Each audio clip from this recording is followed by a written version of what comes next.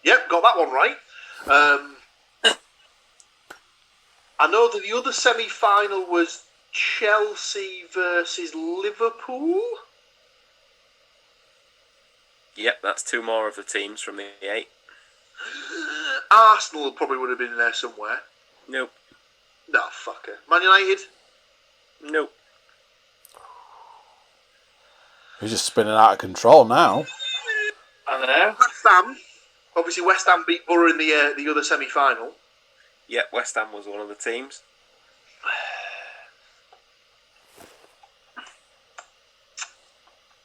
Reading? Nope. Do you want some clues, or are we not at that stage for you? So all Premier League teams, 2006. What about Newcastle? Yep, that was one of them. Who beat Newcastle? Chelsea. Ha! Good old Chelsea. Newcastle, Chelsea. I think you secretly knew that. I think you just wanted me to tell everybody that Newcastle lost again. He absolutely everyone knew knows there's a couple of days that you look forward to. Fixture release day, Christmas day, Newcastle getting knocked out of every potential cup competition day because it means they're going to go another season without winning a trophy, which must be difficult for them because they are such a massive club. So it's hard. It's hard for them. Must be hard being such a massive club. So in the next list for the European Super League. So you got Middlesbrough, you got Charlton, you got West Ham, you got Chelsea, Newcastle, and Liverpool. So there are 2 teams left. One of them played West Ham, and one of them played Liverpool.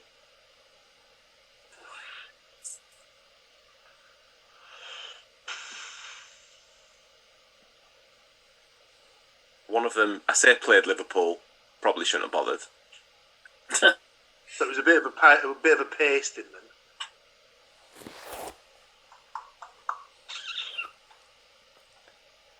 Villa? Nope. Shall I tell you? Portsmouth. Yeah, I think I've basically named 10 Premier League clubs now. So Okay, so I think the Liverpool, the team that played Liverpool was particularly tricky because it was Birmingham.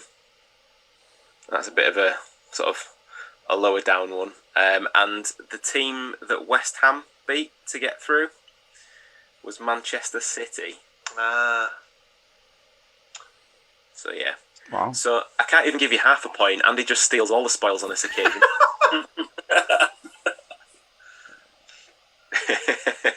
I mean, if you really want to boil it down, I'm just trying to think of the Borough players who scored in that 4-2 against Charlton.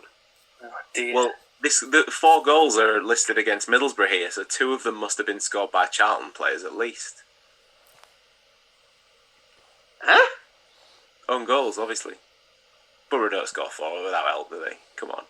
Well, no, but hey, I'll tell you something. I didn't think that Pools had it in them to score 7, but they did that on Saturday away against Wealdstone, and then Wealdstone played Maidenhead 2 days later, or 3 days later, sorry, on the Tuesday, and got beat 6-0.